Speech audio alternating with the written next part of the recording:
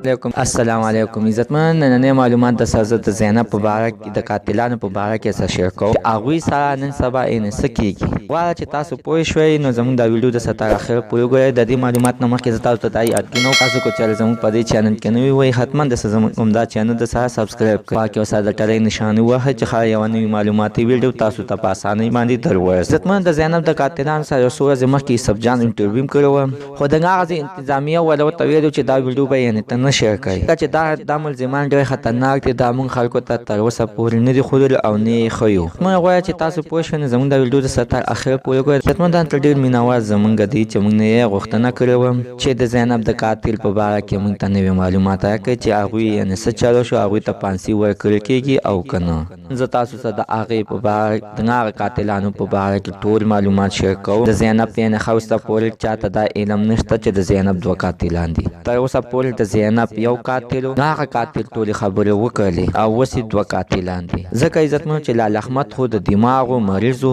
هغه خو صحیح خبرې نشو کولی هغه اخر کې بیا ټول معلومات وکړو چې دا کار په ما باندې د خپل ملګري کړی دی دا ته ویلې دا ته دا ټول چلونه ښودلي او ده به ما ته ویلې چې دا ماشومه بوزه او هغه پټو کې ورسره غلط کار وکړ ماشومه دې کار دغه د دې قاتل ملګري